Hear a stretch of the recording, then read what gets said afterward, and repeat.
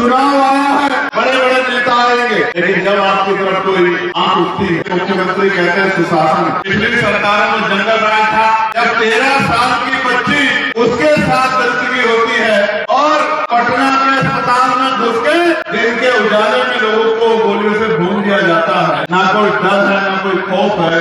और अभी जो वर्तमान सरकार है, उनके पोषित लोगों द्वारा किस तरह से लोगों की सरेआम हत्या की जा रही है, ये बात का उदाहरण है।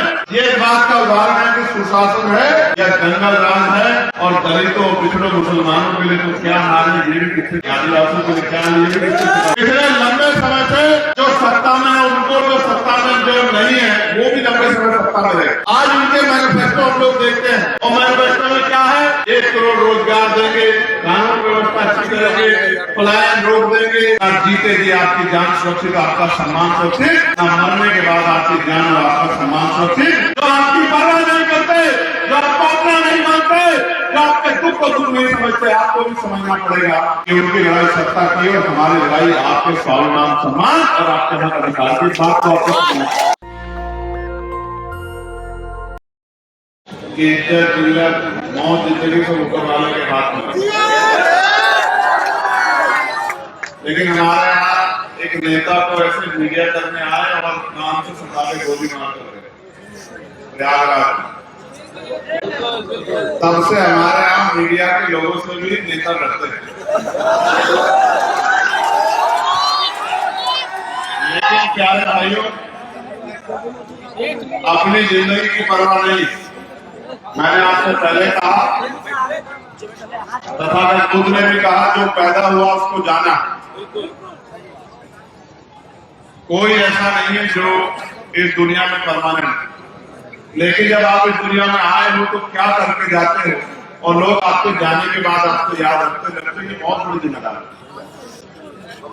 मैं शब्दों में आपके प्यार को बयान नहीं कर सकता, लेकिन अगली 15, 20, 25 मिनट मैं चाहता हूं कि आप सारे काम छोड़ के मेरी बात में गौर करें, क्योंकि अगर इस 20-25 मिनट में आप इधर उधर आपका ध्यान रहा, गर्मी ने आपको परेशान कर दिया, फोटो, कैमरा, वीडियो, इसके चक्कर में आप पड़ गए, इधर उधर की बातों में आपने ध्यान लगा दिया, तो मेरा यहाँ आना बेकार हो जाए। आप चाहते हो मेरा यहाँ आना बेकार हो जाए? जोर से बताओ। जो लोग ऊंचे उठने थोड़े से नीचे को होगा, जिससे कि सब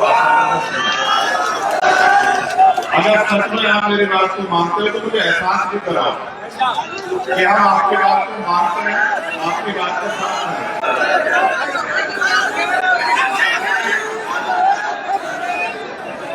ये प्यार दिखाने का समय है, और जब आप प्यार दिखाओगे तो याद रखना, मैं बात का बड़ा धनी हूं, और आप जानते हैं जहां आपका पसीना पड़ेगा वहां खून की जरूरत पड़ेगी, तो हमारा रास्ता आपके साथ पड़ेगा। प्यारे साथियों, मैं अपनी भीम आर्मी के नेतृत्व का, भाई कमल जी का, भाई अमर ज्योति जी का, भाई आजाद जी का, मुजर साहब का, हमारे सम्मानीय जिलाध्यक्ष जी का, पार्टी संगठन के और नेताओं का धन्यवाद करता हूं।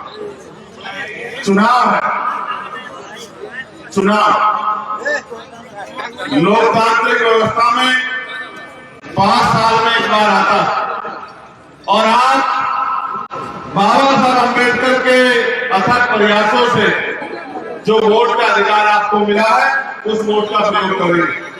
और आज में बहुत सारे प्रत्याशी ऐसे भी हैं जिनको आपने चुनाव में देखा होगा, ऐसे भी हैं जो चुनाव के बाद आपको दिखेंगे नहीं, लेकिन आपका भाई को आगे बढ़ाने का एक ही उद्देश्य था कि पिछले 5 साल और उससे पिछले 5 साल और एक लंबे समय से वो आपकी सेवा कर रहे हैं, आपके बीच में रहे, आपकी लड़ाई लड़ रहे हैं, आपकी आवाज बन रहे हैं, इसलिए कि जिसको आप वोट दो वो आपके बीच में रहे और समय समय में आपकी ताकत बनता है। प्यारे साथियों, मैं उत्तर प्रदेश से चलकर यहाँ आया, और आप जानते हैं लोकसभा का सदस्य होने के नाते पूरे देश में कहीं भी दलितों पे, पिछड़ों पे, मुसलमानों पे, आदिवासियों पे, महिलाओं पे, किसानों पे, मजदूरों पे, मजलूमों पे, बेबस लाचार लोगों पे अगर कहीं भी कोई भी मुसीबत आती है तो सारे नेता मुंह पे चुप्पी रख ले। चंद्रशेखर ना कभी चुप था ना चुप है।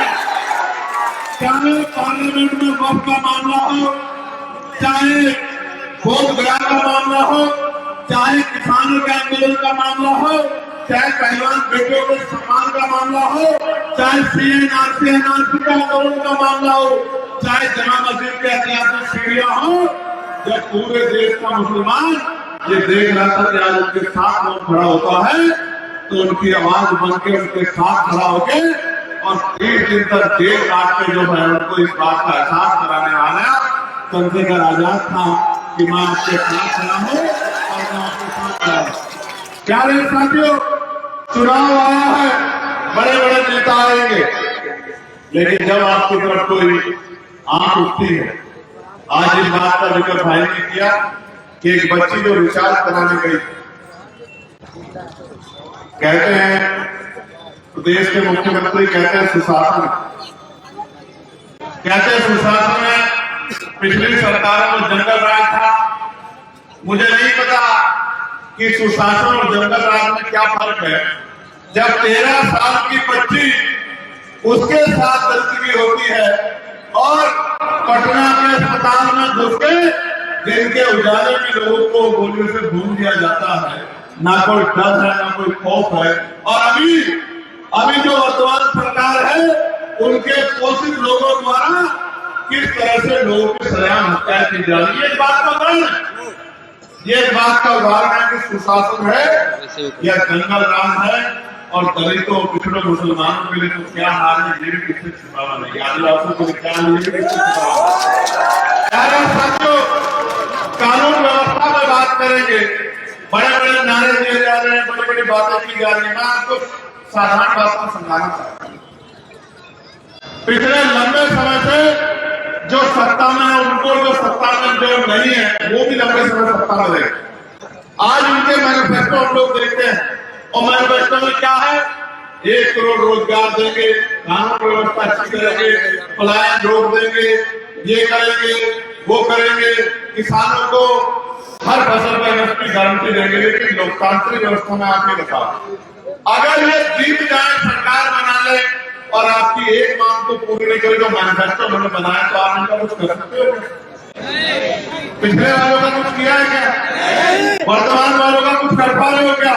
देखो, लोकतंत्र में अगर आपने किसी को वोट दिया है, आप समझो आप 50 रुपए का सामान खरीदो, सामान खराब निकल जाए, सामान के जो मानक पूरे ना हो, आप दुकानदार के पास जाकर कह सकते हो भैया ये वाला सामान जो वादा आपने किया था सामान के साथ वो पूरा नहीं हुआ, और दुकानदार नहीं सुनेगा तो आप कोई कर सकते हो, कोई मिला कह सकते हो उपभोक्ता अदालत में कि साहब मैंने 50 रुपए की मेहनत की कमाई के लिए और इस आदमी ने जो सामान दिया दुकानदार ने वो सामान अच्छा नहीं था, वो सामान खराब था, मेरे 50 को वापस मिलने थे।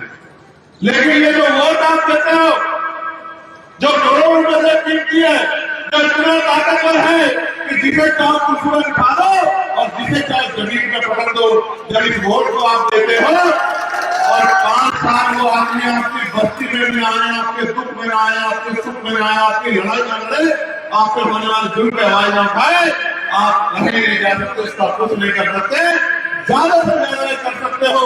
जब 5 साल बाद दोबारा मौका आए तो अपने दर्द को याद करके उसके खिलाफ, उसकी मुखालफत में वोट कर सकते हो, उसका कुछ नहीं कर सकते। आप मेरी बात वो लोग आपकी तरफ पलट के देखते हैं तो आपको भी तो तय करना है कि आपकी वोट से बड़ा नेता आपके काम आना चाहिए, आना चाहिए, आना चाहिए। यहाँ अकेले आफ्ताब नहीं है, आफ्ताब तो आपकी इस शानदार सुंदर विधानसभा का चेहरा, आफ्ताब के पीछे 2000 खड़े, आफ्ताब के पीछे कमल वालिया खड़े, आफ्ताब के पीछे अमर ज्योति खड़े, और आफ्ताब के पीछे आप और हम सब लोग खड़े हैं। और मैं ये मानता हूँ आपकी एकता, आपका भाईचारा। भाई चुनाव जीतने के लिए समीकरण होते हैं, यहाँ जो आपकी एकता बनी है उसका वोट इतना है कि अगर आप मजबूती से वोट कर दोगे, अपने वोट को खराब नहीं करोगे, किसी की बातों में नहीं आओगे, तो मैं लिख के देता हूं कि बड़े बड़े धक्कों को जैसे हमने नगीना में पटक दिया था, इस विधानसभा में पटक के भाई आपका विधानसभा जाएगा। और मैं आज आपको विश्वास दिलाता हूं, सड़क पे हमारी संख्या कम नहीं है, आंदोलन हमारा कमजोर नहीं है, लेकिन लोकसभा में हमारा प्रतित्व है। आपका नेता लेकिन विधानसभा में नहीं है। जब आपके ऊपर अन्याय की आंदोलन उठती है, कोई उंगली उठती है, कोई लाठी उठती है, तो मैं महसूस करता हूं कि मेरा एक आदमी विधानसभा में ऐसा नहीं है जो जाके आवाज उठा दे। मौका आ गया मेरे भाइयों, मौका आ गया कि अपनी ताकत बढ़ा, मौका आ गया है। और देखो, मैं हवा में नहीं काम करता, जमीन पे काम करता, हमारे पास कैडर है। मैं आपको सच बता रहा हूं, मुस्लिम भाई अपना मन बना चुके हैं, वो आपका भाई को ताकत देने के लिए तैयार है। थोड़ी सी मदद, ये वो नौजवान जो मोटरसाइकिल पे मेरी एक आवाज पे सड़कें जाम कर देता है, मेरे लिए दिन रात खड़ा रहता है, जो मेरी एक आवाज पे बड़ी बड़ी सरकार को हिलाने का काम करता है, यहाँ हो या दिल्ली में, मेरी एक आवाज पे चलाता। मैं अपने भाई को, अपनी माँ को, अपनी बहन को, अपने बुजुर्गों को कहने आया, लोकतंत्र है, जिसके पास ताकत होगी उसी की सुनवाई होगी। क्या हालात है आपके? आपने भी देखा, सड़कों के हालात में देखे, गांव गलियों की सड़कें, ये जो रास्ता है इतनी बुरी है कि पैदल आप निकल नहीं सकते। सुशासन की बात की जाती है, विकास की बात की जाती है, देश के प्रधानमंत्री बड़ी बड़ी बातें कर रहे हैं, होम मिनिस्टर आके बड़ी बड़ी बातें कर रहे हैं, लेकिन आप बताओ ये विकास है? 15 साल जितनी साल से आप मुख्यमंत्री हो, ये विकास है कि लोगों को चलने का रास्ता नहीं है? ये जो बाढ़ग्रस्त क्षेत्र है, यहाँ के लोग 6 महीने जानवरों से बुरा जीवन जीते हैं और अपनी बहन बेटों को समाज की रक्षा नहीं कर पाते। इन निकम्मी सरकारों को उनका असर दिखाई नहीं देता। मैं आपको पूछना चाहता हूँ, अगर अमीर गरीबों में इतनी लिटरेसी है तो गरीबों के हालों को उनको आंसू नहीं आते। आप महसूस करके देखो मेरे भाइयों, मेरे परिवार के लोगों, मेरी माँ में सोचो, चुनाव के बाद 5 साल आपकी बस्ती में कोई आता है? अपने 3 बार करके बताओ, कोई आपका फुटबॉल देखने आता है क्या? कोई आपका बीमार शरीर देखने आता है क्या? कोई आपका खाली व्यवस्था देखने आता है क्या? कोई आपके आंसू देखने आता है? क्यों नहीं आता? क्योंकि उनका जब मतलब निकल जाता है फिर उनको कोई फर्क नहीं पड़ता, मुझे फर्क पड़ता है।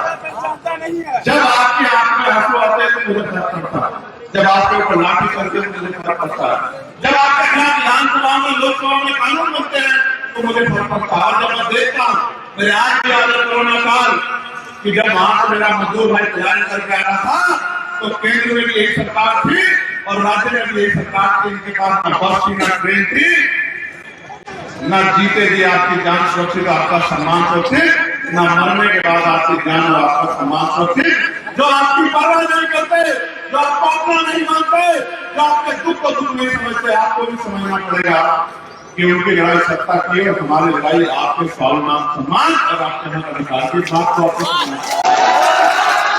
मैं आपसे कहना चाहता हूं, उनके पास बस नहीं थी, उनके पास ट्रेन नहीं थी, आज उनके पास हजारों करोड़ रुपया प्रचार करने का है, आज उनके पास बड़े बड़े ऐड देने के पैसे हैं, ना वो कल आपके से आज आपके। इसलिए मैं आपको कहना चाहता हूँ, लोकतंत्र है, जिसका नेता होगा उसकी सुनवाई होगी। लोकतंत्र है, जिस विधानसभा का प्रतिनिधि वहां होगा और वो कहने वाला होगा, तभी उसकी हालत बदलेगी। अगर आप इसमें खुश हो, जो हालात आपके बने हुए तो कोई फर्क नहीं पड़ता। मैं अपने मुंह से कह रहा हूँ कि इसकी तरफ मत देखो, लेकिन अगर आप चाहते हो कि आपको अपने हालात बदलने, तो सिर्फ देखो मत, घर से निकलो, फील्ड में जाओ। आपका नहीं लड़ रहा, आप लड़ रहे, आपका भविष्य लड़ रहा, आपके क्षेत्र की तरक्की लड़ रही है, आप लड़ रहे हो। आप 200 में जाता हूँ, मैं दिल्ली में रहता हूँ, मैं जाता हूँ, यहाँ से 20,000 में मेरा भाई काम करने जाता है, 5-6 हजार रुपये का कमरा मिलता है किराए पे लेता। कितना पैसा मिलता है? महीने का 20,000 रुपये, कहते हैं रोजगार मिल रहा है। कमरा लेता है किराए पे 5-6 हजार रुपये जाता है। खाने खर्चे में महीने के पेट भर नहीं खा पाता, पेट भर नहीं खा पाता, अपनी पसंद का नहीं खा पाता, गाली खाता है। इस प्रदेश का होने के नाम पर गाली तो खाता है, घर पे खाना नहीं खाता, 5-6 हजार रुपये उसमें चला जाता है। फिर जो अन्य बच्चे उसमें चला जाता है, जेब में महीने का 3-4 हजार रुपया करता है, उस 3-4 हजार को यहाँ बेचता है, उस 3-4 हजार को महीने साल में महीनों के 12 से आधार से आप मल्टीप्लाई करो, अगर 5,000 रुपये बचाया तो 12×5 60,000 रुपये साल का बचाएगा और उसके बच्चे उसके माँ बाप बूढ़े माँ बाप को 60,000 रुपये में साल का गुजारा करेंगे। ये दिया है सरकार ने। मैं आपको विश्वास दिलाता हूँ, आज मेरे यहाँ मैं यहाँ और मैं इसलिए बड़ी आसानी से यहाँ हूँ क्योंकि नगीना लोकसभा क्षेत्र में सैकड़ों वर्कर दिन रात लोगों की सेवा कर रहे हैं। मैं इसलिए यहाँ हूँ कि वहां किसी गुंडे की हिम्मत नहीं, किसी मुसलमान की टोपी दाढ़ी के नाम पर वोट बैंकिंग करते या हिम्मत नहीं है किसी गरीब की बच्ची को कोई 13 साल की बच्ची के कोई जो है उसका रण कर दे, किसकी हिम्मत नहीं, जो हिम्मत करेगा।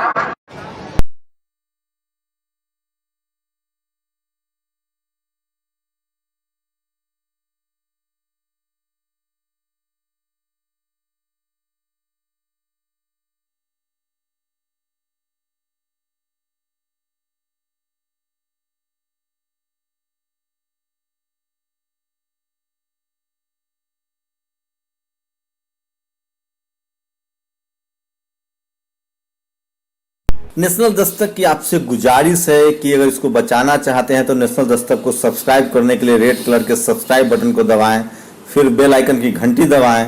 नेशनल दस्तक को बचाने के लिए बहुत ज़रूरी है कि हर खबर को शेयर करें, लाइक करें, कमेंट जरूर करें।